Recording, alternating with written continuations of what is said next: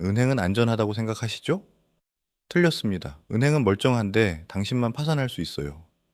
실제로 2008년 미국 금융위기 때도 그랬고 90년대 일본 버블 붕괴 때도 똑같았어요. 은행 간판은 그대로인데 사람들은 집을 잃었습니다. 지금 대출 있으세요? 전세 살고 계세요? 그럼 오늘 영상 끝까지 보셔야 해요. 은행이 살아남는 방식이 뭔지 알면 왜 당신이 위험한지 바로 이해가 됩니다. 먼저 착각 하나를 깨고 가야 해요. 사람들은 은행을 거대한 금고라고 생각합니다. 우리가 맡긴 돈이 어딘가 차곡차곡 쌓여 있고 필요하면 꺼내 쓸 수 있다고 믿어요. 아니에요. 은행은 금고가 아니라 수도관이에요. 돈이 보관되는 게 아니라 흘러가는 거예요. 여러분이 은행에 1,000만 원을 맡기면은 그 돈은 그대로 금고에 있지 않아요. 바로 다음 날 누군가의 대출로 나갑니다. 그리고 그 대출의 대부분은 어디로 갈까요? 부동산입니다. 한국 은행들의 대출 포트폴리오를 보면 압도적이에요. 가계 대출의 절반 이상이 주택담보대출이고 기업 대출도 건설사와 부동산 프로젝트 파이낸싱이 엄청난 비중을 차지합니다. 왜일까요? 은행 입장에서 부동산은 가장 안전한 담보였거든요. 집값은 크게 안 떨어진다. 설령 문제가 생겨도 담보 잡으면 된다. 이런 믿음이 수십 년간 유지됐어요. 그래서 은행은 점점 더 부동산에 의존하게 됐습니다. 다른 선택지가 없었어요. 수익을 내야 하는데 안전한 투자처가 한국엔 부동산밖에 없었거든요.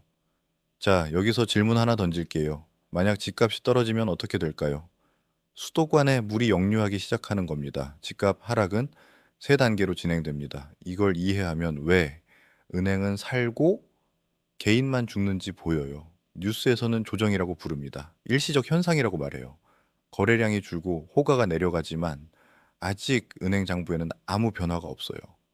왜냐하면 이제 은행은 집값을 실시간으로 반영하지 않거든요. 담보 가치는 대출 받을 때 평가한 가격이 기준이에요. 그래서 겉으로 보면은 은행은 완전히 멀쩡해 보입니다. 하지만 이때 은행 내부에서는 이미 계산이 달라지고 있어요. 이 집을 지금 담보로 잡으면 같은 금액을 빌려줄 수 있을까? 은행은 조용히 대출 조건을 까다롭게 만들기 시작합니다. 금리를 올리고 심사 기간을 늘리고 서류를 더 요구해요. 여러분은 이렇게 느낍니다. 요즘 은행이 왜 이렇게 까다롭지? 이미 은행은 위험을 감지한 거예요. 집값 하락이 길어지면 본격적으로 문제가 터지기 시작합니다. 처음엔 자영업자 몇 명이에요. 사업이 어려워진 개인 몇 명. 이 정도는 은행이 감당할 수 있어요. 충당금이라는 게 있거든요. 미리 쌓아둔 비상금이에요. 그런데 하락이 계속되면은 상황이 달라집니다. 집을 팔아도 대출을 다 못 갚는 사례가 늘어나요. 경매로 넘겨도 예전만큼 회수가 안 돼요. 예를 들어 볼게요. 서울 외곽에 3억 원짜리 아파트가 있어요. 2억 5천만 원 대출 받았습니다.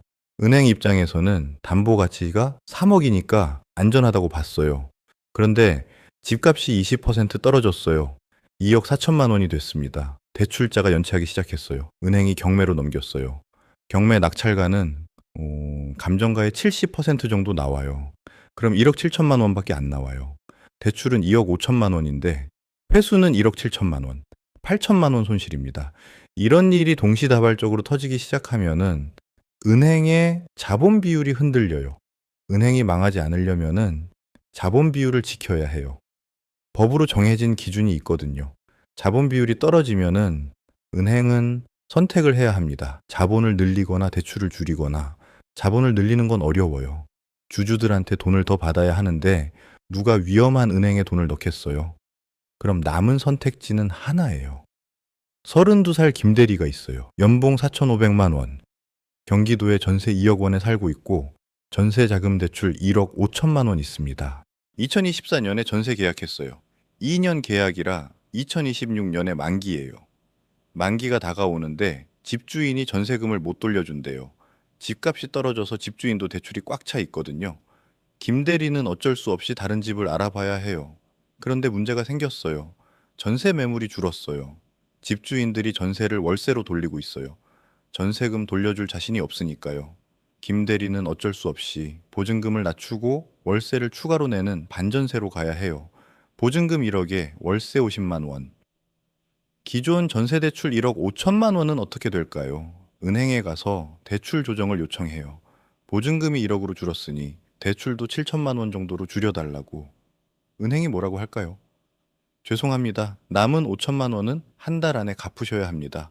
신규 대출은 지금 어려워요. 김 대리는 당황합니다. 5천만 원을 한 달 안에 어떻게 마련해요? 결국 부모님한테 손 벌렸어요. 2천만 원 빌리고 마이너스 통장 한도 3천만 원 끌었었습니다. 금리? 연 8%. 김 대리는 버텨왔어요. 월세 50만 원에 마이너스 통장 이자 월 20만 원. 매달 70만 원이 추가로 나가지만 어떻게든 버텼어요. 그런데 회사 실적이 나빠졌어요. 경기가 안 좋아지니까 매출이 떨어진 거예요. 보너스가 삭감됐습니다. 작년엔 200만 원 받았는데 올해는 100만 원밖에 안 나왔어요. 김 대리는 계산기를 두드려 봤어요. 월급 300만 원에서 월세 50만 원, 마이너스 이자 20만 원, 생활비 150만 원, 각종 보험료와 통신비 30만 원, 남는 게 50만 원이에요. 여기서 저축? 불가능해요. 김 대리 회사가 구조조정에 들어갔어요. 경기 침체가 길어지면서 중소기업들이 버티지 못하는 거예요. 김 대리는 퇴사 압박을 받았어요. 명예퇴직 신청하면은 6개월치 급여 주겠다고. 선택지가 없어요. 버티면은 해고당하고 위로금도 못 받아요. 결국 퇴사했습니다. 퇴직금은 4천만 원 나왔어요. 명예퇴직 위로금까지 합쳐서 7천만 원. 이 돈으로 뭘 해야 할까요? 마이너스 통장 3천만 원부터 갚아야 해요. 금리가 너무 높거든요. 남은 돈 4천만 원. 이걸로 재취업할 때까지 버텨야 해요. 김 대리는 결국 보증금 5천만 원에 월세 40만 원짜리 원룸으로 이사했습니다. 3년 전 전세 2억에서 시작해서 지금은 5천만 원짜리 원룸. 은행은요? 멀쩡해요. 한 푼도 안 잃었어요. 자, 김 대리 이야기는 극단적으로 들릴 수 있어요. 하지만 이게 바로 은행은 살고 개인은 죽는다. 이게 실제 모습이에요. 은행이 무너지지 않아도 여러분 삶은 충분히 무너질 수 있어요. 그럼 어떻게 해야 할까요? 지금 당장 계산기 꺼내세요. 내 집 시세를 찾아보세요. 부동산 앱 열면 바로 나와요. 그리고 대출 잔액을 확인하세요. 시세에서 대출 빼면 그게 여러분의 안전 마진이에요. 만약 시세가 3억인데 대출이 2억 5천이면 안전 마진은 5천만 원이에요. 집값이 20%만 떨어져도 여러분은 위험해집니다. 보통 사람들은 비상금을 3개월치 생활비로 잡아요. 틀렸어요. 부동산 위기가 오면 신용 경색이 같이 와요. 대출도 안 되고 연장도 안 되고 마이너스 통장 한도도 줄어들어요. 그때 버틸 수 있는 건 현금밖에 없어요. 월 생활비가 200만 원이면은 비상금 2,400만 원은 있어야 해요. 많다고요? 김 대리 생각해 보세요. 3년 버티려면 이 정도는 있어야 해요. 지금 대출이 변동금리면은 당장 은행 가세요. 부동산 위기 때는 금리가 더 오를 수 있어요.